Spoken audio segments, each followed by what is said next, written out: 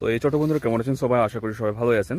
তো Annapurna form fill up করার জন্য যে সকল ডকুমেন্টগুলো বা নথিপত্রগুলো লাগবে তা বলে দিচ্ছি, ভিডিওটি শেষ পর্যন্ত দেখুন। কী কী লাগবে বলে দিচ্ছি।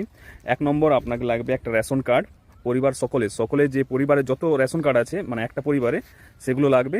আর 2 নম্বর হলো আধার কার্ড, মানে পরিবারের সকল সদস্যের প্রত্যেকজনের একটা করে আধার কার্ড। 3 নম্বর লাগছে ব্যাংক পাসবই। 3 নম্বর হলো ব্যাংক পাসবই লাগছে। আপনাকে সকল পরিবারে ব্যাংক পাসবই দিতে হবে যার যার আছে, ঠিক আছে। তারপর ভোটার কার্ড লাগছে। সকল পরিবার যার যার ভোটার লিস্টে নাম আছে তাদের ভোটার কার্ড আছে, যারা 18 বছর ভোটার কার্ড করেছে তাদের ভোটার লিস্টে নাম লাগছে, ঠিক আছে। তারপর আছে জাতিগত শংসাপত্র। আপনি ওবিসি, SC ST যদি থাকেন তাহলে জাতিগত শংসাপত্র দিতে পারেন, অথবা যদি না থাকেন তাহলে দেওয়ার কোনো দরকার নেই। এবার আছে পর্চা দলিল। এবার আপনি জমিতে বসবাস করেন থাকেন, ওটার জন্য একটা পর্চা বা দলিল দরকার আছে। তারপর 4 চাকা গাড়ি থাকলে, যদি 4 চাকা গাড়ি থাকে তাহলে হ্যাঁ দিতে পারেন, রেজিস্টার নম্বর দিতে পারেন, রেজিস্টার বুক দিতে পারেন, অ্যাটাচ করতে পারেন। থাকলে ঠিক আছে, না থাকলে কোনো ব্যাপার নেই, অনেকে থাকে না, অনেকের থাকে।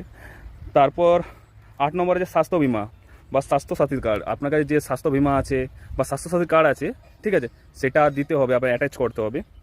এরপর লাগছে প্যান কার্ড, মানে প্যান কার্ড যে সকল ব্যক্তিদের প্যান কার্ড হয়েছে তাদের প্যান কার্ড লাগবে, ঠিক আছে, পরিবারের সকল সদস্যদের একটা পরিবারের মধ্যে।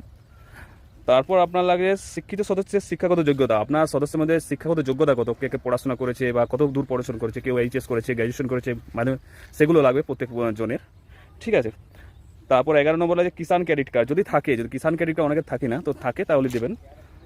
তারপর আছে SIR 2026 নাম বাদে থাকলে ট্রাইব্যুনাল নথি, যারা SIR নাম আছে তাদের SIR যে যদি নাম থাকে, যদি SIR যদি নাম বাদ থাকে, যে নথিটা দিয়েছিল যখন BLO আমার ইনকোয়ারি করার সময়, সেগুলো লাগবে, ঠিক আছে।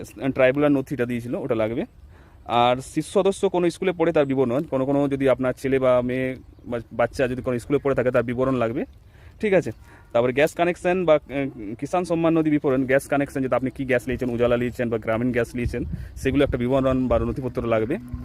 তারপর আছে সরকারি চাকরি বা পেনশনভোগী বিবরণ, যদি পরিবারে কারো সরকারি চাকরি থাকে অথবা কারো পেনশন ভোগ আছে, মানে সরকারি চাকরি হয়ে গেছে কিন্তু পেনশন ভোগ করছে সরকারি, সেগুলো একটা প্রমাণ লাগবে, ঠিক আছে।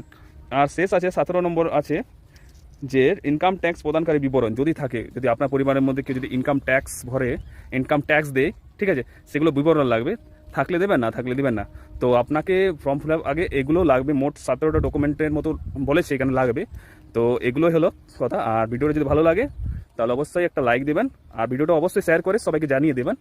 আর যদি আপনি ফেসবুক থেকে দেখছেন তো একটা অবশ্যই ফলো করে দেবেন, আর যদি আপনি ইউটিউব থেকে দেখছেন অবশ্যই চ্যানেলটিকে সাবস্ক্রাইব করে দেবেন। তো চললাম, দেখা হচ্ছে পরের ভিডিওতে।